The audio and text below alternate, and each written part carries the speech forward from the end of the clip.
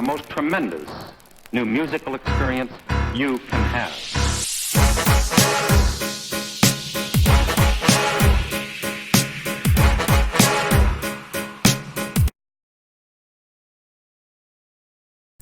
Alright, y'all, what's up? It's Logan, and first things first, let me go ahead and say welcome to 2020.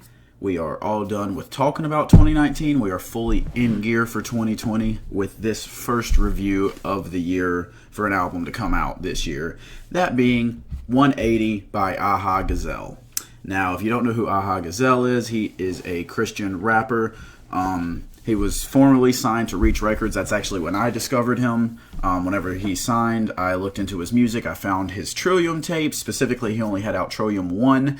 I found his sound very unique in that he does a lot of singing mixed with his rapping. He has very just vibrant beats to go along with it that his singing works very well on top of, and he does a great job of talking about certain topics. Specifically, I've noticed a lot of his projects talk a lot about racism and racial injustice, but he also presents them in a more enjoyable way that you can listen to them and enjoy the music and get the message at the same time. And then, of course, a lot of his music falls into that kind of corny area, but not corny in a sense that it's like bad corny, but good corny. He has a lot of funny punchlines that you're like, I don't know anyone else that would say that, and it's hilarious to me. Specifically, my personal favorite song by him being Supreme. He says, "I'm just a Burger King that's looking for a Dairy Queen." I think that's hilarious. That is a great line. Classic line, in my opinion, for him.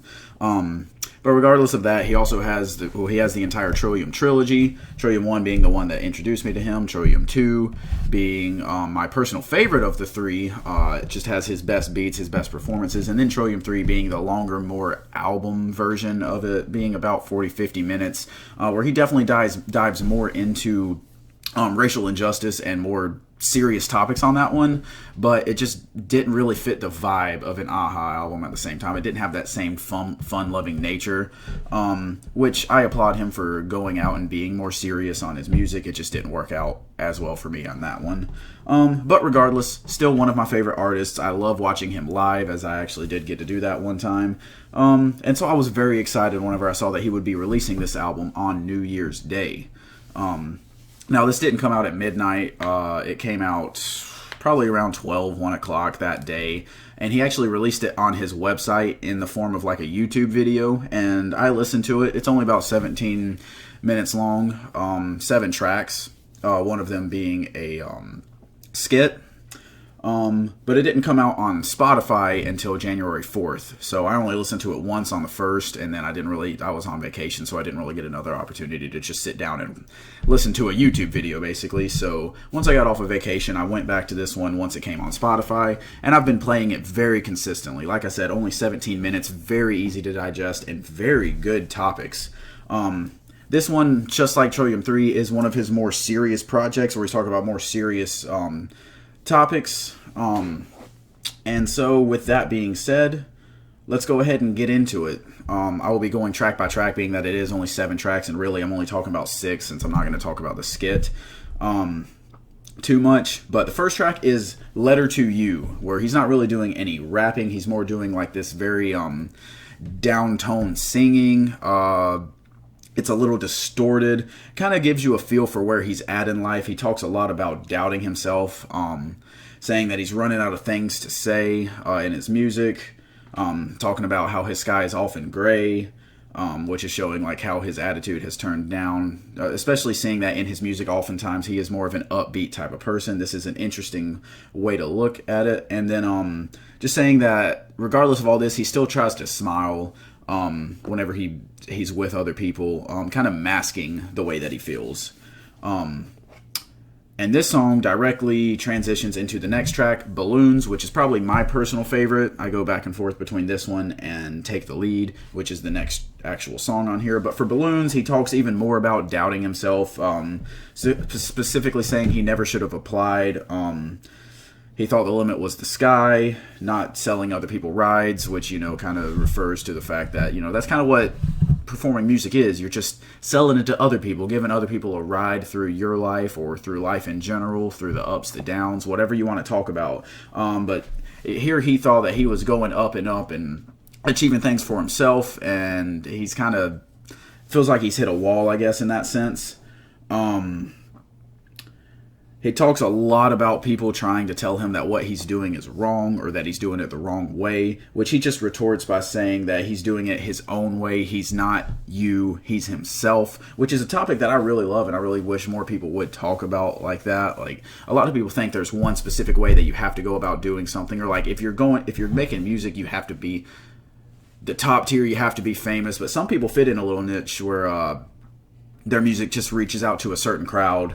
And I'm not saying that's specifically what Aha is saying, but I did get those kind of vibes from it.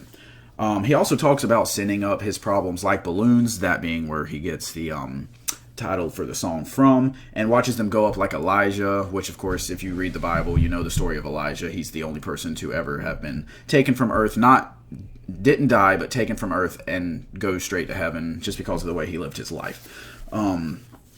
So yeah, he's just kind of trying to get rid of his problems, let them go. But that also refers to him sending them up to God, because that's what Elijah was doing, was being sent up to God, taken by God. So he's talking about sending his problems up like balloons to the heavens, to God, for him to take care of them. So again, just a lot of talk about doubting himself and knowing that things need to change, but needing to find a way to do it.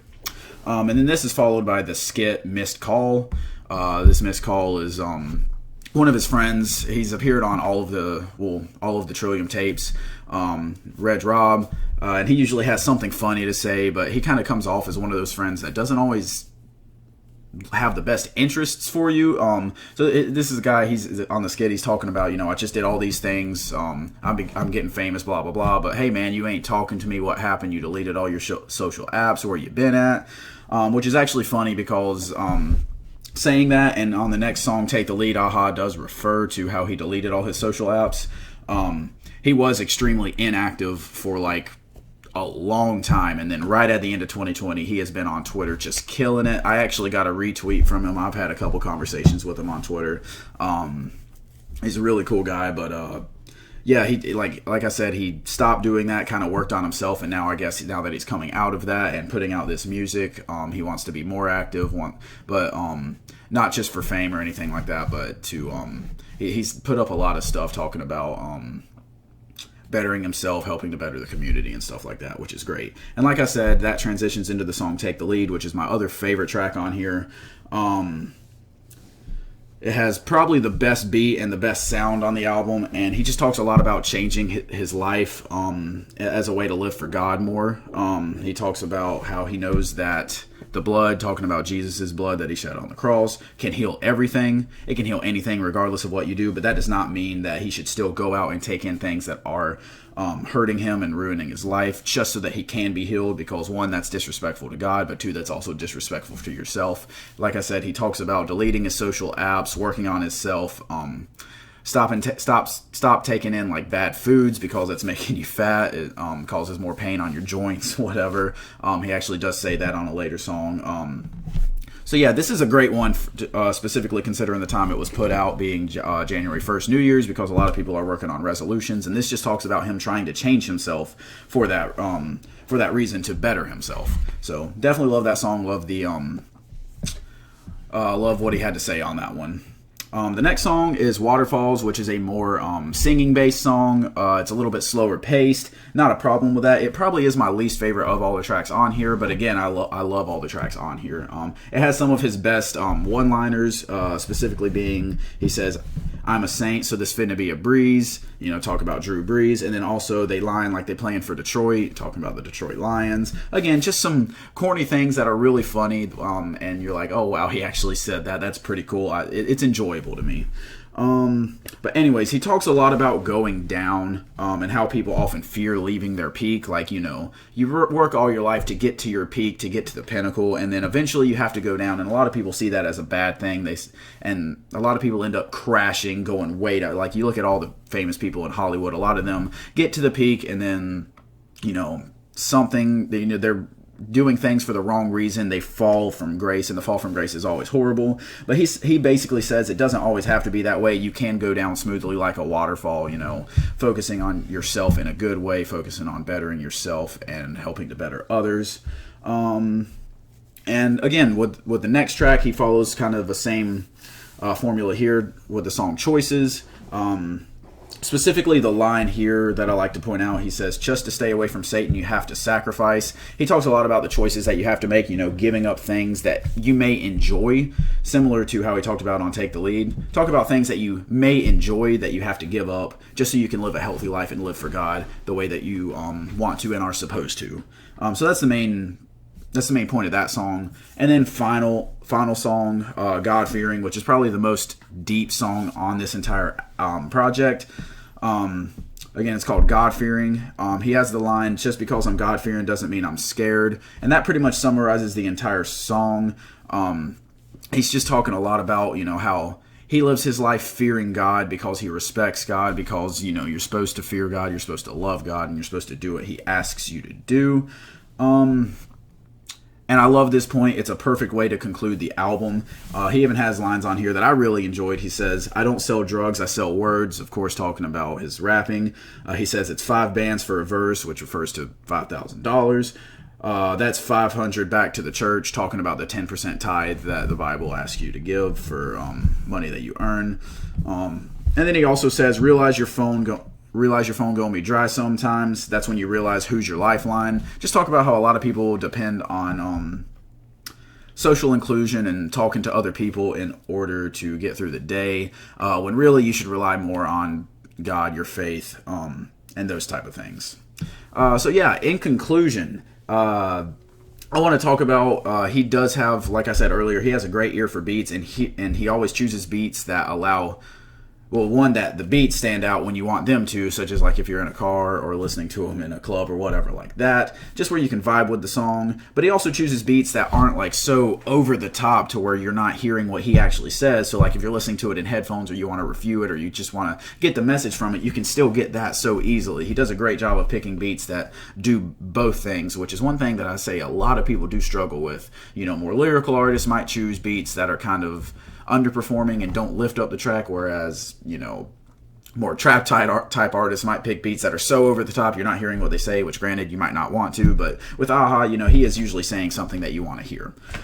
So he does a great job picking beats on this one. They do a great job of sending the message of the album where they're kind of eerie, a little making you feel that doubt that he's feeling, but then also hopeful at the same time, to where that you're coming out on this on the other end because you are making the right choices, as he is throughout all of these tracks. So like I said, I love I love the message on here that sometimes you'll be sad and lonely, sometimes you'll need to give up things that you enjoy because they're not actually good for you, and that's why you need God all the time. It's a great message. You need to give up those harmful people in your life. You need to stop eating fast food all the time, work out even though you might not enjoy that. Just take things out of your life that are not actually benefiting you in a positive way, making you a better person and making you lead a better life and leave a better example for other people. Take those out, put good things in. Even if you don't enjoy them all the time, they are better for you. And it will lead to you being happier in the end most of the time. So yeah, sometimes you may have to lose things that you enjoy, but in the end, it's all for your own good, and all for the glory of God, of course. I love that message. And again, this was released at a perfect time for New Year's Day. A lot of people are doing the resolutions. I love that. I think it's genius. And again, album's only 17 minutes, so to get this much of an impact into me, where I've already recorded 14 minutes worth of video, basically, and the album's only 17 minutes, 7 tracks, 1 being a skit, so really only 6 songs. So that's incredible. And I'm ready to go ahead and give it my rating of an 8.5. I would give it a 9. I just can't quite take that next step because, again, it is only 6 songs, 7 tracks. If it was a little bit more longer and even got more in depth, I could give it that next bump up to a 9. But again, that's not a bad thing. I don't see anything wrong with a project being this short, because it being this short still packs so much depth into it. I love this one. I'm going to go back to this one so many times. I'm still not done listening to it now. And I have no doubt that this will be on one of my year-end lists, whether it be my top 10 or if I decide to make it more of a top 20 or whatever, or at least my honorable mentions, because I love this project. I think it has a great message, and I think it's one that a lot of people need to hear. So if you haven't heard this one, check it out. If you haven't listened to Aha, check him out. The Trillium Trilogy, Free Barabbas, all of those projects are great. The Trillium Trilogy being on Spotify, the rest, I believe, being on SoundCloud. Definitely listen to what he has, because he is a great artist. He always brings great sound. He's a very unique artist, especially. So listen to what he has. If you have anything that you want me to review, hit me up in the comments section. Leave me your thoughts on this project once you've listened to it. If you have not yet, hit the like button if you enjoyed the video. Share the video so your friends can see it. Help this page grow. Subscribe. Hit the bell next to my name for notifications. And I will be seeing y'all next time.